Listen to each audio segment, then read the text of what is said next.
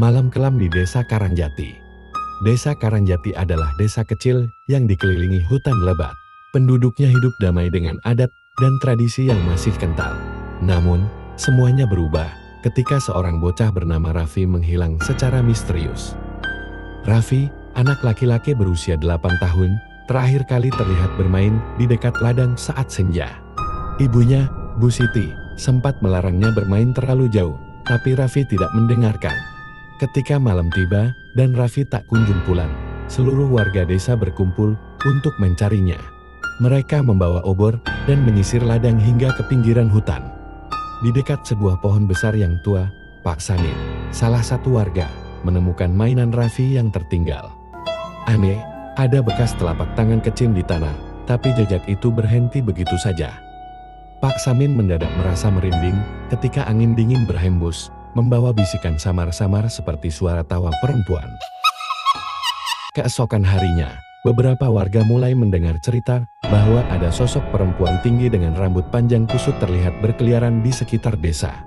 Sosok itu memiliki punggung yang melengkung dan matanya merah menyala di kegelapan.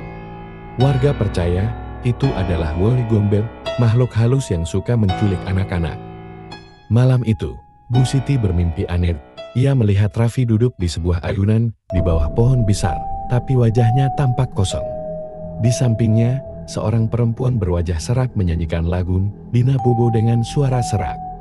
Ketika Bu Siti mencoba mendekati, perempuan itu tertawa dan berkata, "Dia lebih bahagia bersamaku."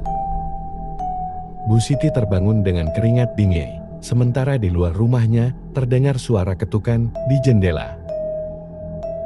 Desa Karangjati berubah menjadi penuh ketakutan.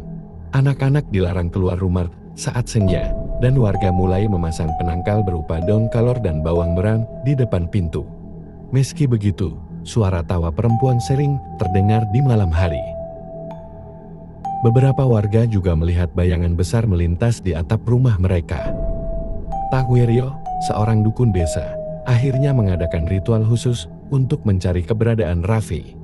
Dalam ritual itu, ia menyebutkan bahwa roh jahat yang mengganggu desa berasal dari pohon besar di pinggiran hutan. Itu tempat Wali Gombel bersemayam, kata Pak Wiryo. Malam purnama, warga desa bersama Pak Wiryo memutuskan untuk pergi ke pohon besar tersebut. Mereka membawa obor, mantra-mantra, dan sesajen. Saat mereka tiba di sana, suasana menjadi mencekam. Angin berhembus kencang dan suara-suara aneh terdengar dari dalam pohon. Ketika Pak Wiryo mulai membacakan mantra, tiba-tiba muncul sosok Wali Gombel dari balik pohon. Tubuhnya tinggi besar, rambutnya menjuntai hingga menyentuh tanah, dan ia membawa Raffi dalam pelukannya. Warga berteriak ketakutan, tapi Pak Wiryo tidak mundur.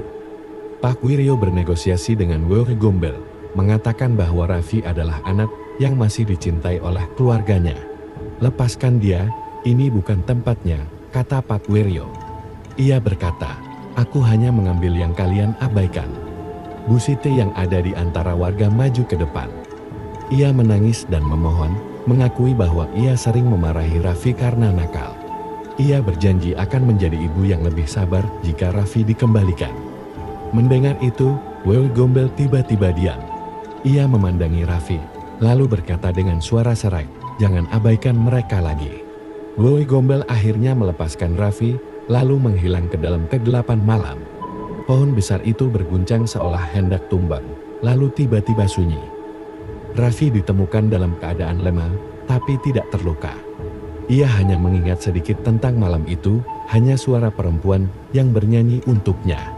Desa Karangjati kembali tenang, tapi warga tidak pernah lagi berani mendekati pohon besar itu. Mereka memutuskan untuk menebangnya dan mendirikan sebuah sajen di tempat itu sebagai bentuk penghormatan. Namun, beberapa bulan kemudian, suara tawa perempuan samar-samar terdengar lagi di desa ketika senja tiba. Mengingatkan mereka untuk tidak mengabaikan anak-anak mereka. Sekian, terima kasih yang sudah menonton sampai akhir.